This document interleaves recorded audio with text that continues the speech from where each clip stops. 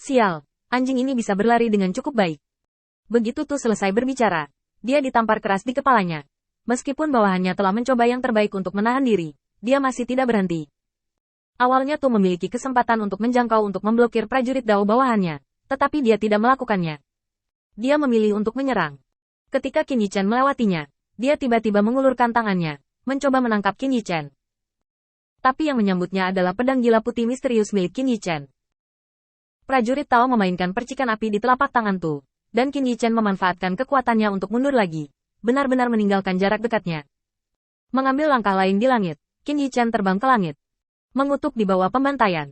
Apa yang kamu lakukan berdiri di sana? Dapatkan bajingan ini untukku. Jika kamu tidak bisa menangkapnya hari ini, kamu akan dipukuli.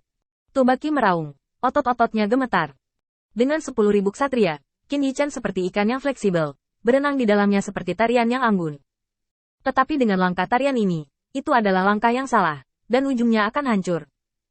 Tu menjadi semakin marah, dan datang langsung ke sisi kapten.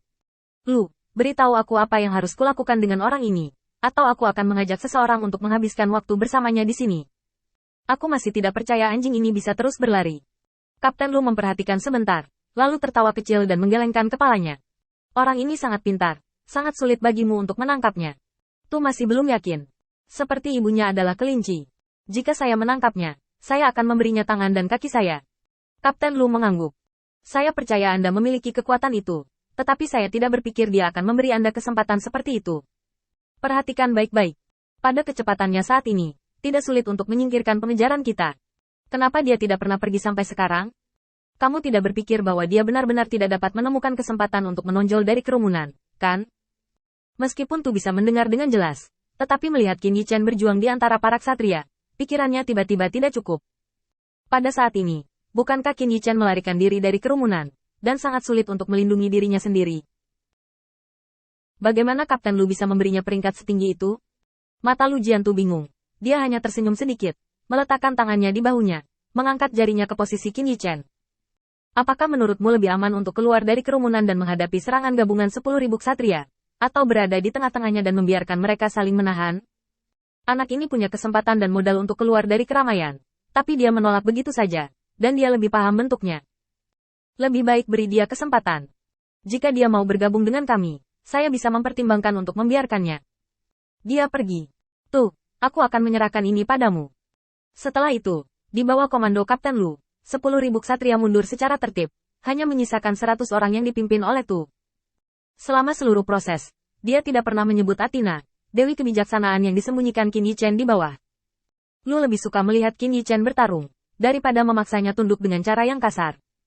Melihat semua orang pergi, hati Qin Yichen juga khusyuk. Mundur saat ini, tampaknya tekanan mereka lebih sedikit, tetapi pada kenyataannya, lingkungan seperti itu sangat tidak menguntungkan bagi Qin Yichen. Begitu ada lebih sedikit orang, mereka dapat melepaskannya.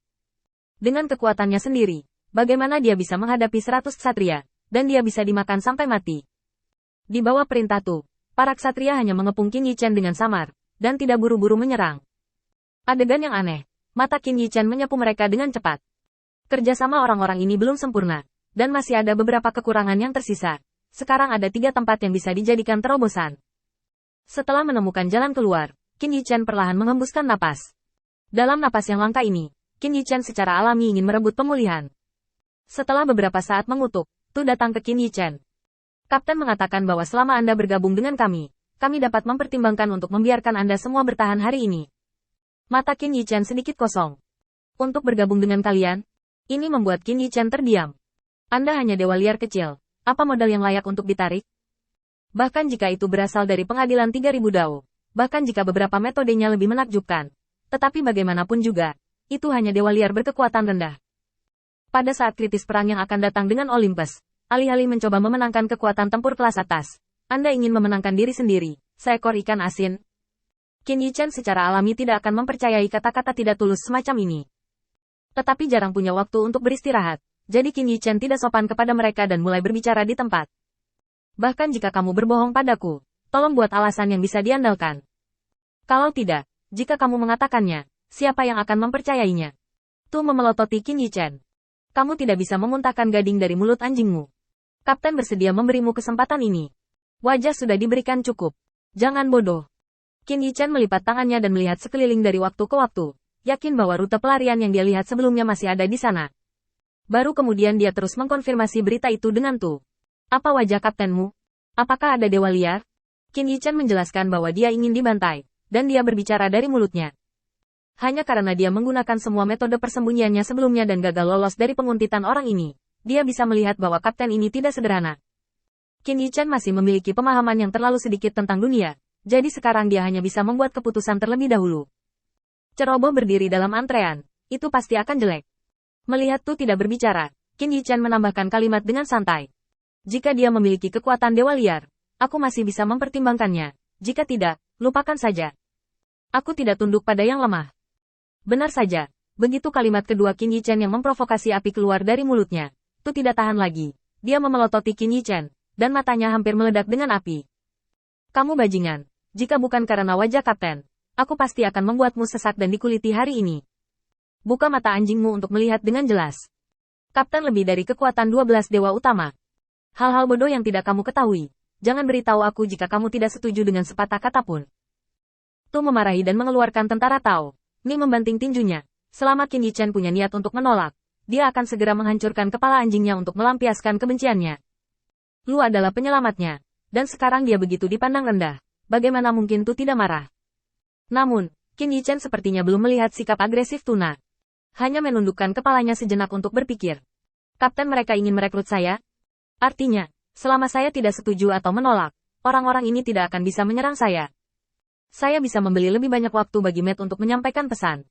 Pikiran Qin Yichen melintas. Masalah ini sulit untuk diputuskan. Mengapa kamu tidak memberiku waktu untuk memikirkannya? Qin Yichen terus menguji. Tapi Tu jelas tidak bisa menunggu lebih lama lagi. Jadi dia tiba-tiba melambaikan tangannya dan menunjuk Qin Yichen. Sekarang saya akan memberi Anda kesempatan untuk mengatur ulang bahasa. Apakah Anda ingin bergabung atau tidak? Ayo.